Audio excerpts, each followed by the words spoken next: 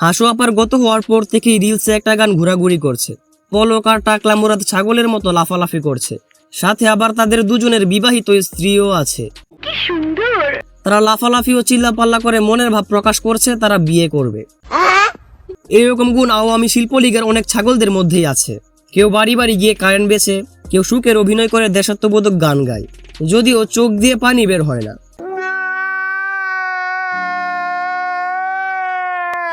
আর হাসু আপাত সংসদে বসেই অদ্ভুত কিন্তু অসাধারণ অঙ্গভঙ্গি করে।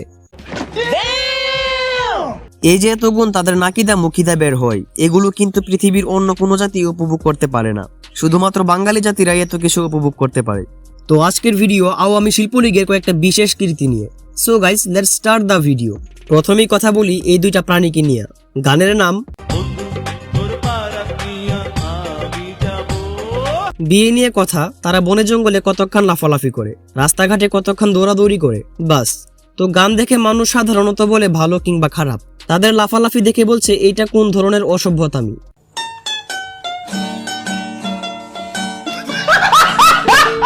চ্যানেল আইতে এইসব অখাদ্য জিনিস প্রচার হতো।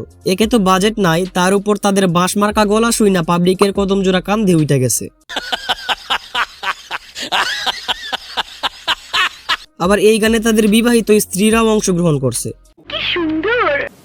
কি বলবো, ভাবতে পারেন কত গুণ তাদের মধ্যে লুকায়িত ছিল। এখন আপনারাই বলেন, এরা থাকতে পাবলিক কোন কারণে পরিমণি অপু বুবলির মতো নায়িকাদের ছাগলামি দেখে? জানি না। এবারে আসি আপার কাছে। এই যে আপা, সংসদে তো কয়েক বস্তা তেল নিয়ে বসতেন, বাড়ি বাড়ি গিয়ে কারেন্ট বেচতেন, তা আপনি এখন কই আছেন? আপনার হযরত শেখ হাসিনা আপা তো পালাইছে, এবার তার উম্মত হিসেবে আপনার কিছু করার নাই? পদ্মা সেতু নিয়ে এত গান, এত প্রশংসা, এত আলোচনা পৃথিবীর আর কোন স্থাপনা নিয়ে নাই। পদ্মা সেতু নিয়ে এত প্রশংসা, এত আলোচনা, এত গান এই পৃথিবীতে কোন স্থাপনা নিয়ে হয় নাই মাননীয় স্পিকার। তা আপনি একটু গান গেয়ে যান না, তারপর দেখেন পদ্মা সেতু আপনার কোন দিক দিয়ে যায়। अबे साले, जो माफ करना, मैं इधर मैं इधर उधर निकल जाता। হাসু আপার ওই নাচটার কথা মনে আছে তো? হ্যাঁ। শুধু নাচানাচি না, হাজার হাজার গুণ ওনার মধ্যে বিদ্যমান।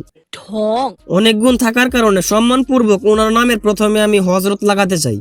আমি হৃদয়ের গভীরতম প্রদেশ থেকে তাই শেখ হাসিনার নাম উচ্চারণের পূর্বে তার প্রতি সম্মান সূচক একটি শব্দ উচ্চারণ করতে চাই, সেটি হচ্ছে হযরত শেখ হাসিনা। কি আরে বলুন, কি হযরত শেখ হাসিনা।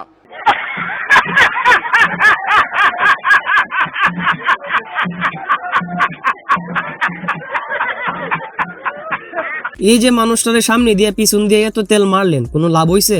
সবাই রে বানের জলে ভাসাইয়া উনি একা পার হইয়া গেছে। পালাইলে কাজ হবে না, খেলা আরো বাকি আছে। পালাবো না, কোথায় পালাবো? কি কাদের কাকু, আপনি তো পালাইছেন, তা আছেন কোথায়? ফখরুল সাহেবের বাড়িতে? পালাবো না, প্রয়োজনে ফখরুল সাহেবের বাসায় গিয়ে উঠবো। কি জায়গা দেবেন? ফখরুল সাহেব তো আপনারে ডাকতেছে। ঠাকুরের বাসায় তো আসছেন না, কোথায় আছেন ভাই? না হলে ঠাকুর গায়ের বাড়ি আছে, ওই বাড়িতে গিয়ে উঠবো। ঠাকুরগাঁয়ের বাসায় আলমগীর সাহেব আপনার জন্য ধান দূর বানিয়ে দাঁড়ায় আছে। আবার আমার ঠাকুরের বাসায় আসতে চেয়েছিলেন, ঠাকুরের বাসায় তো আসছেন না, কোথায় আছেন ভাই? কোথায় আছেন? আমি আপনাকে আমন্ত্রণ জানাচ্ছি, আসেন আমার বাসায় এখন আছেন।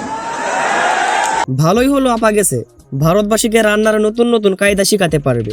ও পাঙ্গাস মাছ দিয়ে কিভাবে ইলিশ মাছের স্বাদ পাওয়া যায় সেটাও শিখাইয়েন, কারণ ভারতের দাদারা গোবরের ঝুসকে যেভাবে ঘেউ ঘেউ শুরু করছে, কোন দিন যে টিভির পর্দা ভেঙে বাইরে বেরিয়ে আসে সেটাই ভাবছি।